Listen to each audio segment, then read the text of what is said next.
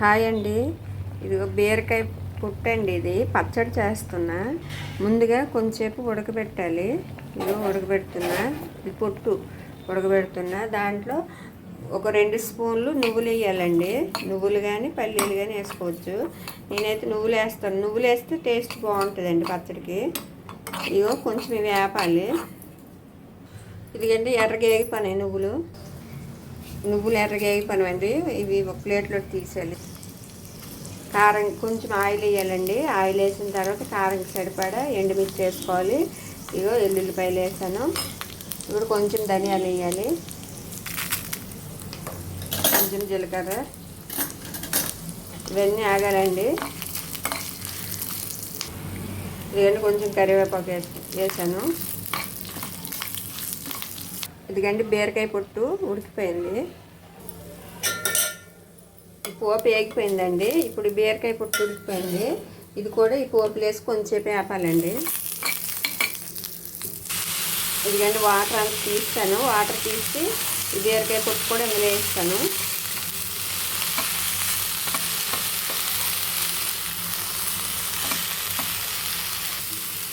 అంతేనండి. ఇప్పుడు stove off చేసేయాలి. చల్లగా అయిన తర్వాత మిక్సీ పెట్టాలి.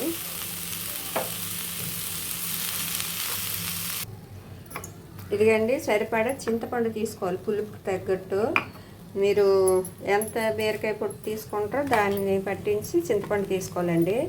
ఇగో నేను ఇవి 1/2 కేజీ బీరకాయలు పొట్టండి. ఇది ఈ చింతపండు తీసుకున్నాను. చింతపండు కూడా వేస్తాను. ఇవన్నీ చల్లగావాలండి.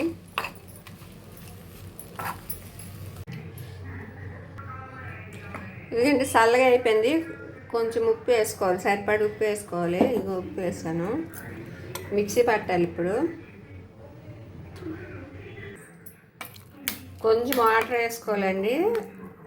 ఇగో కొంచెం వాటర్ వేస్తున్నా నేనైతే. ఇదిగండి ఇట్లా మిక్సీ పట్టుకోవాలి. ఇగో ఇప్పుడు ఇది పోపు వేసుకోవచ్చు. పోపు వేసుకోకపోయినా డైరెక్ట్ తిన్నా టేస్ట్ చాలా బాగుంటుందండి. పోపు అయినా వేయచ్చు. ఇదిగండి బీరకాయ పచ్చడి వేడి వేడి అన్నంలో కలుపుకొని తింటే టేస్ట్ చాలా బాగుంటుందండి. సూపర్ ఉంటుంది. ఓన్లీ పొట్టు బీరకాయ పొట్టు అండి, దాంతో చేసాము. టేస్ట్ అయితే చాలా బాగుంటుంది. మీకు కానీ వీడియో నచ్చినట్టయితే లైక్ చేయండి, షేర్ చేయండి. ప్లీజ్ సబ్స్క్రైబ్ చేసుకోండి. థ్యాంక్ యూ అండి.